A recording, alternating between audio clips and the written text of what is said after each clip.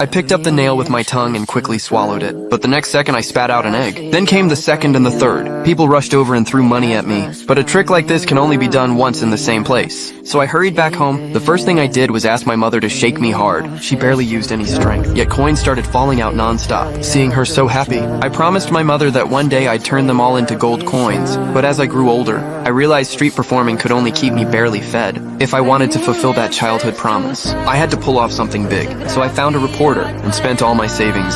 Cash on a barrel. Says you can't hold the incomparable Houdini.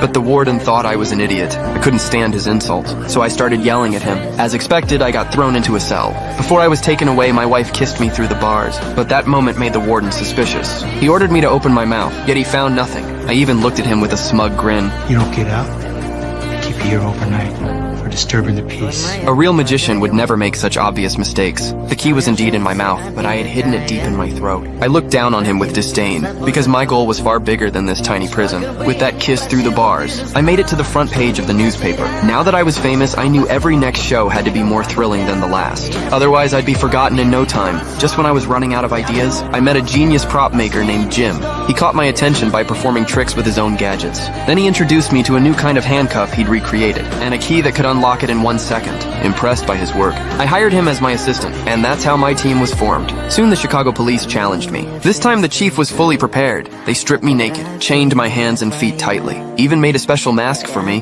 then called every reporter in town. They all waited to see me embarrass myself, but as soon as the door closed, something happened they never expected. I slowly opened my hands, showing 6 fingers, when everyone rushed back in. The cell was already empty. The media went wild. My fame skyrocketed, but I knew it still wasn't enough. To stay in the spotlight, I needed something even more daring. So I was shackled by the ankles and hung upside down in the air. 3 men slowly lowered me into a tank of water. I began struggling to break free. For this new device Jim had just built, even he wasn't completely confident. He watched me in the tank, trembling with fear. And as expected, an accident happened.